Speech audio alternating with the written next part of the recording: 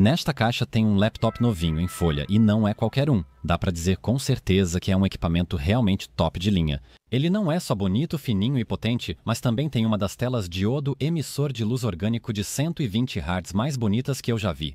Então você deve estar se perguntando, onde está o desafio? Pois é, esse modelo não é baseado em processador Advanced Micro Devices nem Intel, mas sim traz o Snapdragon X Elite por dentro. Snapdragon? Esse nome parece familiar, não é? Afinal, é uma família de processadores que há muitos anos é considerada a melhor e mais recomendada para smartphones. O smartphone com processador Qualcomm Snapdragon 8 de terceira geração lidera o ranking AnTuTu. Esse benchmark também avalia o desempenho em inteligência artificial, pontuando com base na capacidade de classificar imagens e detectar objetos no espaço. Nesse quesito, os processadores Qualcomm são imbatíveis. Os Snapdragons dominam as 13 primeiras posições do ranking. O Snapdragon 8 Gen 3 é 7 vezes mais potente em processamento de inteligência artificial do que os concorrentes Dimensity 9300 e 9300 Plus, que aparecem apenas a partir da 14ª posição no ranking de processadores mais potentes. Para os laptops mais recentes e econômicos em energia, foi escolhido o processador Snapdragon X Elite, um chip ainda mais potente que consome 68% menos energia do que os processadores usados até agora. Sejamos sinceros, isso faz uma grande diferença em um laptop. Então, será que já é o fim da era dos chips x86 e devemos evitar comprar dispositivos com Advanced Micro Devices ou Intel? Afinal, os laptops com Snapdragon não são apenas super potentes, mas também chegam a até 20 horas de bateria. Mas como o Snapdragon funciona com o Windows? Vai ter algum problema? E se sim, quais? Aqui é o Pavel e você está assistindo ao canal Tech Maniac HD. Te convido para esse conteúdo realmente interessante. A arquitetura x86 base dos processadores Intel e Advanced Micro Devices é uma tecnologia dos anos 70 do século passado. Foi revolucionária na época, mas já se passaram mais de 50 anos desde então. Infelizmente, a x86 está ultrapassada e é muito ineficiente, pelo menos em comparação com a arquitetura Advanced Reduced Instruction Set Computer Machine. Advanced Reduced Instruction Set Computer Machine. A Intel já tentou, sem sucesso, colocar seus processadores em smartphones. O Atom até consumia menos energia do que os outros processadores da Intel, mas em termos de desempenho e eficiência, os produtos da marca Azul nem chegavam aos pés dos processadores da Qualcomm. Afinal, ninguém gostaria de um telefone que precisasse ser carregado a cada poucas horas, ou mesmo quando está com a tela desligada em espera. Após esse grande fracasso, a Intel desistiu de novas tentativas de competir no mercado de smartphones e tablets. E assim, por muitos anos, a arquitetura Advanced Reduced Instruction Set Computer Machine dominou o mercado de dispositivos de bolso. E embora houvesse interesse em migrar os laptops também para a arquitetura Advanced Reduced Instruction Set Computer Machine, essa decisão não foi tomada. O maior problema era o sistema operacional. O Windows foi desenvolvido para a arquitetura x86 e a Qualcomm estava ocupada projetando processadores ultracompactos e eficientes em energia. Antigamente era diferente. Atualmente, os novos smartphones têm 12 ou até 16 GB de memória RAM e seu desempenho é muito superior em comparação com notebooks mais antigos de alguns anos atrás. O Snapdragon S1 apareceu em 2009. Um ano depois, veio o S2, que era uma vez e meia mais rápido. O S3, no ano seguinte, foi novamente mais eficiente que o antecessor, com desempenho aumentando anualmente. Às vezes menos, às vezes mais, mas esse progresso contínuo nos trouxe até o momento em que estamos agora. O Snapdragon 8 Gen 3 é várias vezes mais rápido que seu irmão mais novo. Não surpreende que a Microsoft tenha iniciado esse trabalho cedo e lançado o Windows RT em 2012, porém era uma versão modificada do Windows 8 sem compatibilidade retroativa. Assim só podia rodar programas feitos para Advanced Reduced Instruction Set Computer Machine e praticamente não existiam tais programas. Em 2017, a Microsoft lançou o Windows 10 para a arquitetura Advanced Reduced Instruction Set Computer Machine, e isso já foi um grande avanço, pois permitia emular programas feitos para x86. Pode-se dizer que é uma tradução em tempo real do programa de x86 para a arquitetura Advanced Reduced Instruction Set Computer Machine, e vice-versa, o maior problema foi resolvido. Enfim, agora quase tudo começou a funcionar.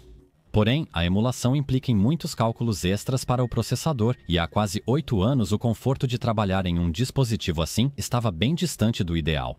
Isso motivou fortemente a Microsoft e a Qualcomm a acelerarem o desenvolvimento da tecnologia. os Snapdragons batiam novos recordes de desempenho e eficiência energética, e em 2021 foi lançado o Windows 11 para Advanced Reduced Instruction Set Computer Machine, que, atenção, finalmente recebeu uma emulação aprimorada de x86. Estamos falando do Windows Prism.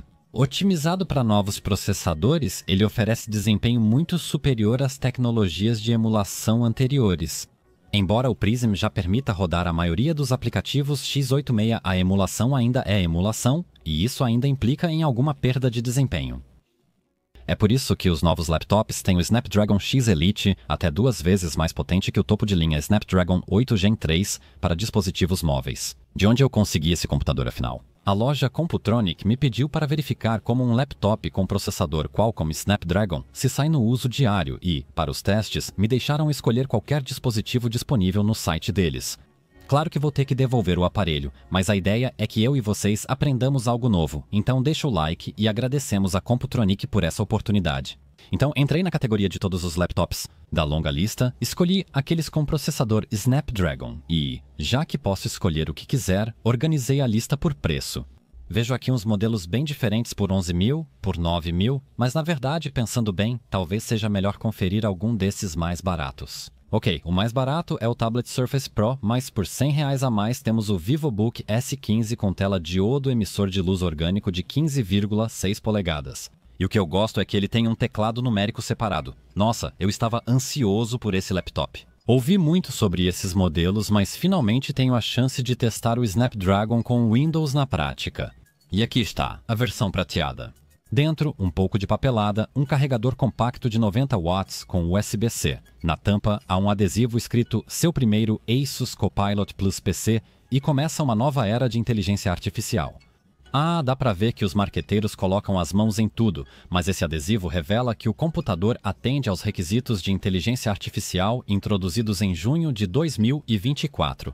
Acredito que todos vocês já conheçam o Chat Generative Pre-trained Transformer. O Copilot é um assistente inteligente criado pela Microsoft. O botão direito Control foi trocado pelo botão do Copilot. Como alguns, inicialmente achei essa mudança ousada. Mas pesquisar certas informações no Google e chegar à resposta certa pode ser muito demorado. Perguntar diretamente ao Copilot e receber uma resposta específica é extremamente conveniente, e tendo um botão dedicado, comecei a usá-lo ainda mais.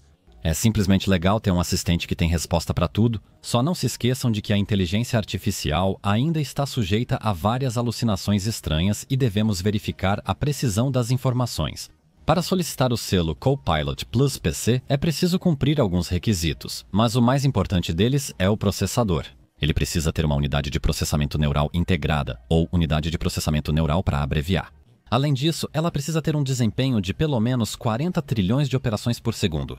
E, de fato, se clicarmos com o botão direito na barra de tarefas e abrirmos o gerenciador de tarefas, veremos que além da unidade central de processamento, também temos o processador unidade de processamento neural, que serve justamente para o processamento local de inteligência artificial.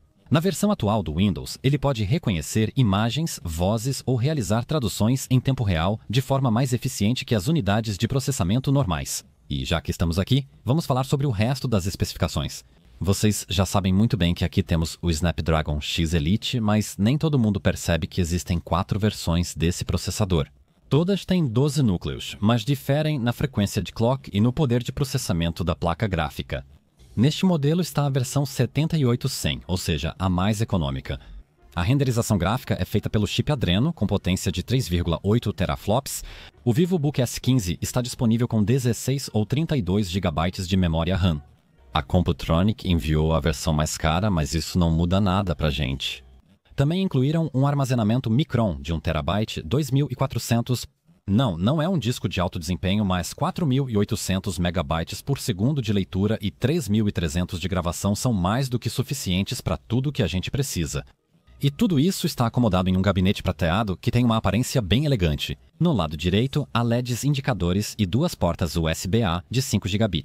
À esquerda, tem-se a saída HDMI, 2 portas USB-C com suporte a Power Delivery e DisplayPort Out Mode, permitindo carregamento e saída de vídeo. Atrás delas, há um leitor de cartões microSD e uma entrada combinada mini jack para fones de ouvido e microfone. Este modelo não é apenas muito leve, mas também é bem fino. É comum pensar que somente dispositivos mais espessos podem resfriar adequadamente todos os componentes internos. E de fato, essa teoria foi verdadeira por muitos anos. Só que, como mencionei, os processadores da Intel ou da Advanced Micro Devices são baseados na arquitetura x86, que em comparação com a Advanced Reduced Instruction Set Computer Machine é menos eficiente, gerando assim mais perdas na forma de calor durante os cálculos, calor esse que precisa ser dissipado de alguma forma.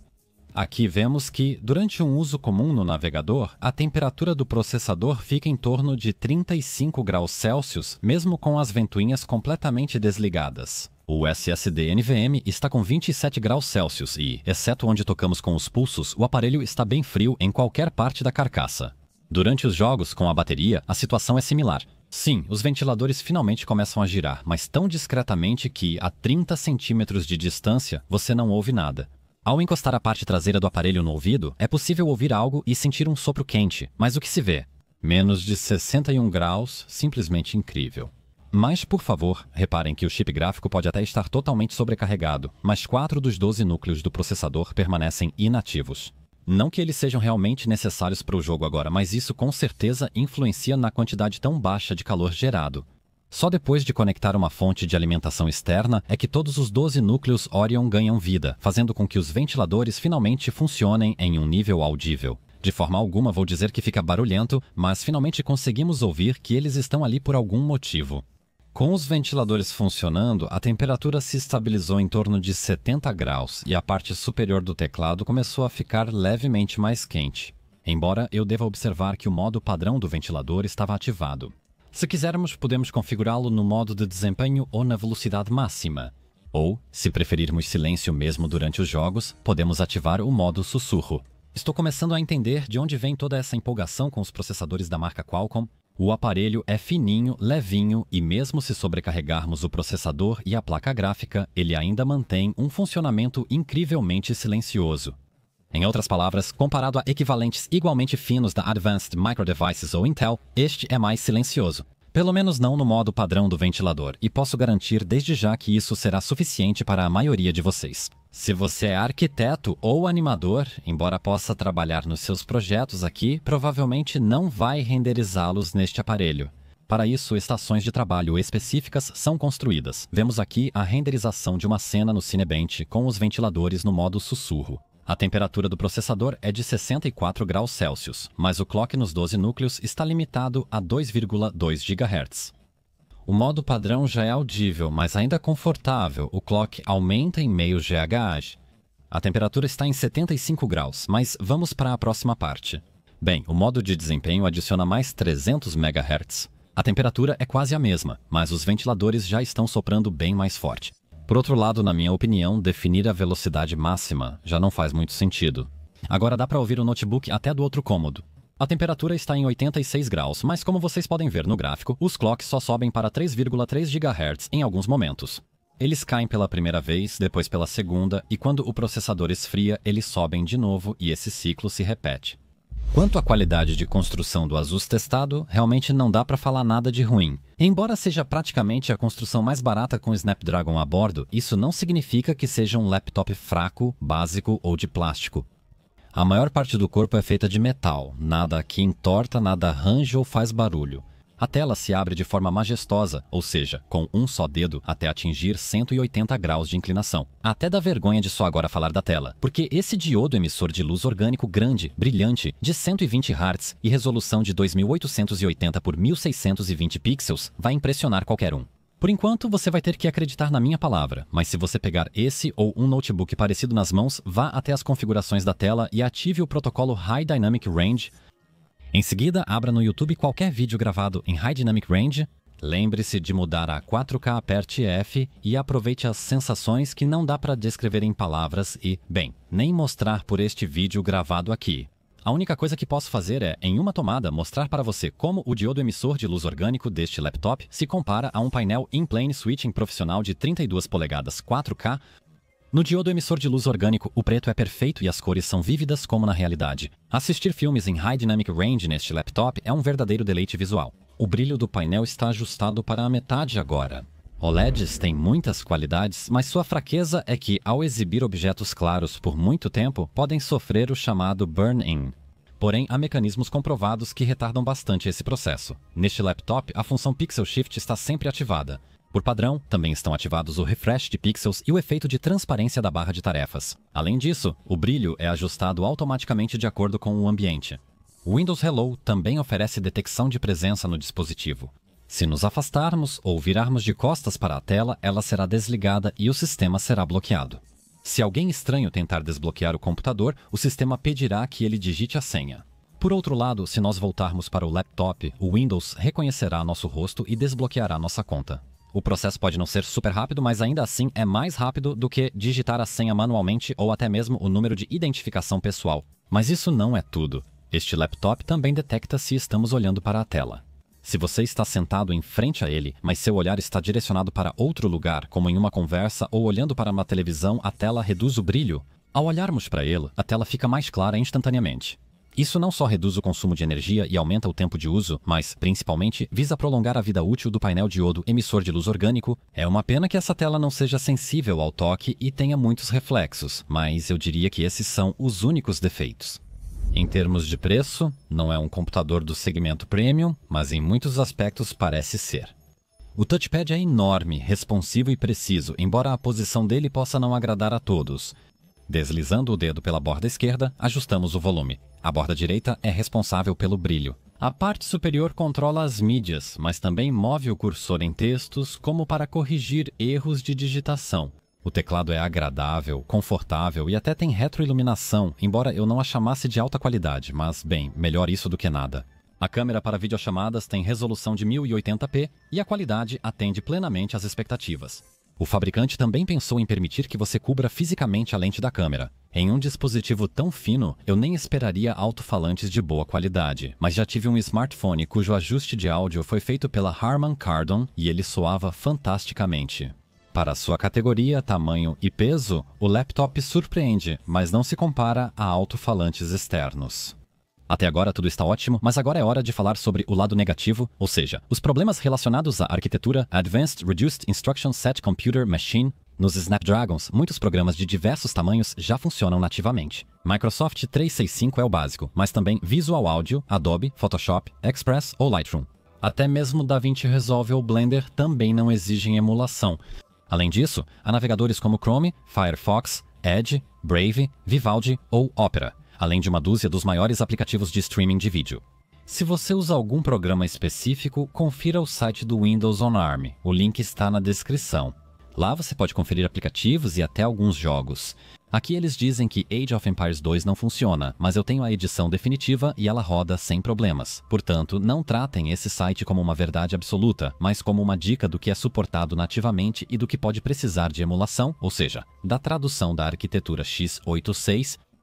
Sim, se o programa não roda nativamente em Advanced Reduced Instruction Set Computer Machine e precisa de emulação, não é o cenário ideal. A tradução de uma arquitetura para outra exige cálculos adicionais. Assim, o aplicativo funciona mais devagar do que em um processador x86 com o mesmo desempenho, mas o mais importante é que ele funciona. Antes de terminar de escrever este texto, usei o laptop por um mês e, basicamente, tudo o que eu precisava fazer, consegui fazer nele, talvez com algumas exceções. Falando sobre jogos mais tarde, quanto aos aplicativos de monitoramento, o HHWinfo já tem versão para Advanced Reduced Instruction Set Computer Machine, mas o MSI Afterburner ainda não é compatível. Para ver estatísticas básicas do jogo, use a barra de jogos integrada do Windows. Para ativar, pressione a tecla Windows mais G. O segundo problema ocorre com o suporte a arquivos de vídeo. Claro que o Snapdragon tem suporte de hardware para todos os formatos populares e não haverá problema com nenhum arquivo normal. Por exemplo, aqui vemos o streaming do novo Deadpool em 4K com High Dynamic Range, tudo bonito e perfeito. A decodificação por hardware na placa gráfica está sendo usada. Se um filme de quase 70 GB roda assim, então não há motivo para se preocupar com qualquer outro streaming. Na Netflix e outros serviços, a taxa de bits é 10 vezes menor comparada a este programa que estou usando. Se você quiser saber como acessar esse aplicativo, a instrução está disponível para quem apoia meu canal. Para entrar no grupo, acesse o link na descrição. Mas voltando ao assunto, o problema ocorre com gravações de vídeo profissionais. Aqui vemos como o arquivo gravado em OpenGate Vlog 6K tem uma reprodução ruim. Fica tudo travando e aparecem artefatos estranhos na imagem. Tentei não só o reprodutor embutido no sistema, mas também o VLC que também foi feito para Advanced Reduced Instruction Set Computer Machine. E realmente, se olharmos nas especificações, de fato não há suporte de hardware para nada acima de 4K. Eu sei que nem todo mundo vai precisar disso, mas se alguém pensa em comprar esse tipo de laptop só para dar uma olhada ou cortar arquivos brutos, esquece, não tem o que fazer. Isso não é uma limitação de hardware, mas uma escolha feita pela Qualcomm. Para comparar, o processador mais antigo deles, o Snapdragon 888 Gen 2, embora seja mais fraco e feito para smartphones, consegue reproduzir não só 6K, mas vejam só, até 8K. Esse clipe também foi gravado usando a mesma câmera. Ele já está em 4K e, ao reproduzir, a imagem é totalmente fluida. Aqui vocês podem notar alguns engasgos devido ao uso simultâneo da captura de tela do Windows, causando um leve stuttering. Porém, sem a gravação fica totalmente fluido, o que é ótimo. Vamos falar sobre jogos, começando com Two Point Hospital, que funciona. O jogo precisa ser totalmente emulado em x86, como todos que testaremos hoje. Mas pelo simples fato de que a resolução desta tela é insana, afinal quase 3K, e aqui temos configurações altas, esse tipo de jogo ainda é totalmente confortável mesmo em torno de 30 quadros por segundo. Tenho uma grande fraqueza pelo primeiro Dungeon Keeper, por isso a série chamada Dungeons me envolveu tanto. Aqui vemos Dungeons 3 na fase final de expansão da masmorra, com configurações médias após reduzir a resolução pela metade. Talvez não esteja super fluido porque os frames variam de 30 a 40, mas a jogabilidade ainda é possível. Por outro lado, Doom Eternal funcionou uma vez para mim, mas após trocar de arma, a tela foi tomada por triângulos psicodélicos. Depois disso, ele não quis mais ligar, então concluo que o título é injogável. Para melhorar o humor, vem Hades e, olha, esse no display diodo emissor de luz orgânico fica lindíssimo. Em um jogo assim, sentimos o verdadeiro prazer vindo da tela de 120 Hz, pois a taxa de quadros varia de 120 a 170 frames por segundo. No jogo de corrida GRID 2 é necessário completar a primeira corrida para acessar as configurações, pois o jogo inicia em modo janela. 30 a 40 quadros por segundo não é muito, mas dá para terminar a corrida. Cyberpunk 2077 nas configurações baixas, com suporte ao XSS no modo desempenho e com a resolução reduzida para 1366 por 761 fica horrível, mas acho que funciona ainda pior. Os quadros mal passam de 20, mas o pior é que a tela pisca em preto. Por outro lado, Dying Light me surpreendeu positivamente. Na mesma resolução que Cyberpunk, a média de quadros fica em torno de 50, 60... Claro, depende de onde você está e do que tem no horizonte, mas é totalmente jogável. As taxas de quadros raramente caem abaixo de 40. Não é um título novo, e as configurações estão baixas, mas o fato de que o jogo não é adaptado para a arquitetura Advanced Reduced Instruction Set Computer Machine e tudo está sendo traduzido em tempo real pelo Snapdragon merece admiração, na minha opinião. Baldur's Gate 3 também funciona. Confesso que não tive tempo de me dedicar a essa produção, mas no início do jogo, na resolução de 2880 por 1620 com configurações médias e Fidelity FX Super Resolution no modo Ultra Performance, observamos entre 20 e 5,50 frames por segundo durante o gameplay. Só que, como eu disse, em resolução 3K, Diablo 4 é um caso interessante. Consegui jogar por alguns minutos, mas depois de me teleportar para uma das cidades, acabei com este erro aqui. A cada novo carregamento do jogo, eu recebia a mesma mensagem. Então achei que o jogo estava injogável, mas apareceu uma nova atualização. Liguei e... ele voltou a funcionar, mas não sei se o problema vai se repetir ou se algo foi consertado definitivamente. O GTA V, pelo menos por enquanto, também podemos esquecer. Desculpem, não tive tempo para Manor Lords, mas em tela cheia e configurações médias com Fidelity FX Super Resolution balanceado, pelo menos no início do mapa, o Snapdragon mantém entre 20 e 30 frames por segundo. Age of Empires 2 Definitive Edition em resolução máxima e configurações altas roda a pouco menos de 40 frames por segundo. No 4, não conseguiremos jogar, aparece um erro informando que o processador não suporta instruções Advanced Vector Extensions. Para finalizar, deixei para vocês o terceiro capítulo de The Witcher. Eu esperava um fracasso total. Afinal, no GPD Gamer que testei antes, esse jogo teve muita dificuldade para rodar. Aqui nas configurações médias está, uau, jogável, como assim? Beleza, talvez não sejam 120 quadros, mas são 40 jogáveis. Só que ainda me pergunto, como isso é possível? É aí que entra uma tecnologia desenvolvida pela Microsoft que usa inteligência artificial para melhorar a qualidade visual e a fluidez dos jogos em computadores com processador da série Snapdragon X. O Alto SR reduz a resolução de renderização do jogo, aqui para 1366 por 768, e para aumentar a taxa de quadros usa tecnologia avançada de inteligência artificial para upscaling, e não é conversa fiada. Quando abro o monitor de desempenho, vemos que o processador neural, sim, aquele dedicado, o chip separado na superfície do Snapdragon responsável pela inteligência artificial, realmente está sendo colocado para trabalhar. A lista de jogos compatíveis, pelo menos no momento em que este material está sendo feito, é bem curta, mas com o tempo deve aumentar. É ótimo quando podemos transferir os cálculos de upscaling para a unidade de processamento neural e, embora seja possível forçar isso manualmente na maioria dos jogos, geralmente não faz muito sentido, pelo que testei.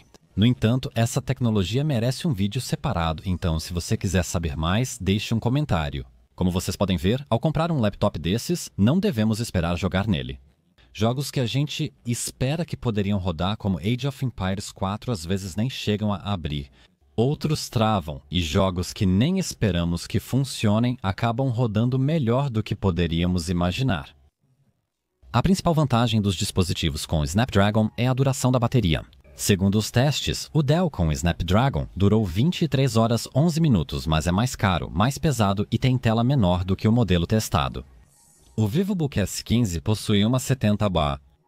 O fabricante informa que o tempo máximo de funcionamento ultrapassa 18 horas, mas nos meus testes, ajustando a tela para 50% e reproduzindo um vídeo em 1080p no YouTube, o tempo de uso não passa de 14 horas. Como mencionei, a tela é suscetível a reflexos. Em um ambiente ensolarado, somos obrigados a aumentar o brilho até 70%, 90% ou 100%. Nessas condições, até mesmo um trabalho de escritório que não exige muito do processador pode esgotar a bateria em mais ou menos 8 horas. Assim, afirmo que a duração da bateria é boa, mas não é nada excepcional. O processador, de fato, é ultra eficiente em termos de energia, mas se você aumentar o brilho, usar o tema claro do Windows e trabalhar com fundo branco ou cinza, essa tela diodo emissor de luz orgânico 3K é o que mais consome a bateria. Por outro lado, com a chegada de dias nublados, aqui vai minha pequena atualização. Pois bem, mantendo o brilho da tela entre 40% e 50%, o tempo médio de uso da bateria aumentou visivelmente e agora posso contar tranquilamente com 13 a 15 horas de trabalho típico em navegadores. O Asus VivoBook S15 diodo emissor de luz orgânico com processador Snapdragon é um ótimo notebook para as tarefas diárias de trabalho. Com excelente qualidade de imagem e alto-falantes decentes, também é ótimo para multimídia. O desempenho do processador se equipara aos modelos Advanced Micro Devices ou Intel, proporcionando maior duração da bateria, menos calor e ruído. Sim, ele tem limitações em jogos e apenas produções com gráficos mais leves podem aproveitar totalmente o prazer proporcionado pela tela de 120 Hz. Então, o mês passou voando e já posso dizer que as tarefas do dia a dia, pelo menos tirando aquele caso com arquivos de vídeo profissionais, não causaram nenhum problema. Se você busca um laptop leve e prático para o trabalho, com longa duração de bateria, vale considerar um dispositivo com Snapdragon. O link para laptops com processadores Qualcomm está na descrição abaixo.